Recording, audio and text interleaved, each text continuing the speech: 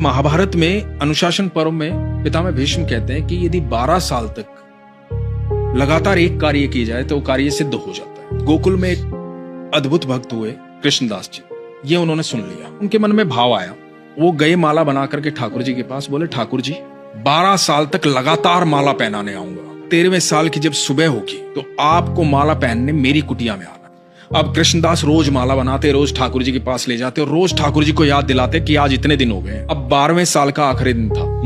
ठाकुर जी को बोले ठाकुर जी कल आपकी बारी है, कल 13वें साल की पहली सुबह है और यदि कल आप नहीं आए तो मैं कभी आपके पास नहीं आऊंगा। भोजन की तैयारी की, सारी रात लगे रहे। सुबह प्रातः काल इंतजार करने लगे कि ठाकुर जी अब आएंगे अब आएंगे। शाम हो गई, ठाकुर जी नहीं आए। आ गया गुस्सा, सारा 56 भोग उठाया, अपनी पोटली में बांधा और देख करके मंदिर की तरफ, कोई नहीं है कृष्ण विष्णु, पत्थर की मूर्ति है वो, सुनता तो आज आ जाता, सुनता ही नहीं है। और बड़बड़ाते हुए जा रहे हैं। आगे से गैयों का एकदम झुंड आ रहा है लगातार। तो एक बालक आवाज दे रहा है, अरे बाबा सुनो, रुको, इतनी सारी गैया आ रही हैं, टक्कर लग जाएगी, धक्का लग जाएगा, गिर जाओगे, रुक जाओ थोड़ी देर। रुक गए कृष्णदास जी।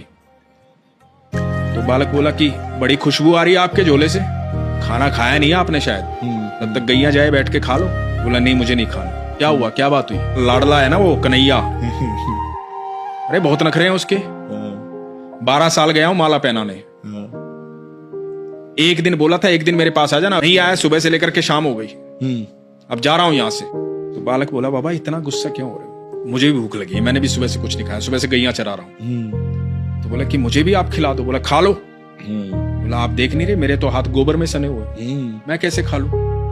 आप अपने हाथों से खिला दो। अब एक एक कोर खुद खा रहे हैं, एक एक कोर उस बालक को खिला रहे हैं। अब उस बालक को जब 2-3 कोर खिलाए ना तो बालक की आंखें लाल हो गई, आंखों में आंसू बह रहे। कृष्णदास ने देखा, कृष्णदास ने कहा कि तुम रो क्यों रहे हो? भूख लगी थी, खाना खिला तो रहा हूं, रो क्यों रहे हो? तो बालक बोला बाबा माला नहीं पहनाओगे आज। कृष्णदास बोले कौन है तू? मैं ही तो हूं, तुम्हारा कृष्ण। बोला बाबा जब तुम माला पहनाते हो ना मुझे ऐसा लगता है कि मेरा आलिंगन कर रहे हो। आज सुबह से वो आलिंगन महसूस नहीं हुआ, सुबह से इंतजार कर रहा था। भक्तों ने बहुत भोग लगाया पर मैंने किसी के हाथ का खाना नहीं खाया, मुझे मेरे कृष्णदास के हाथों से खाना खाना था।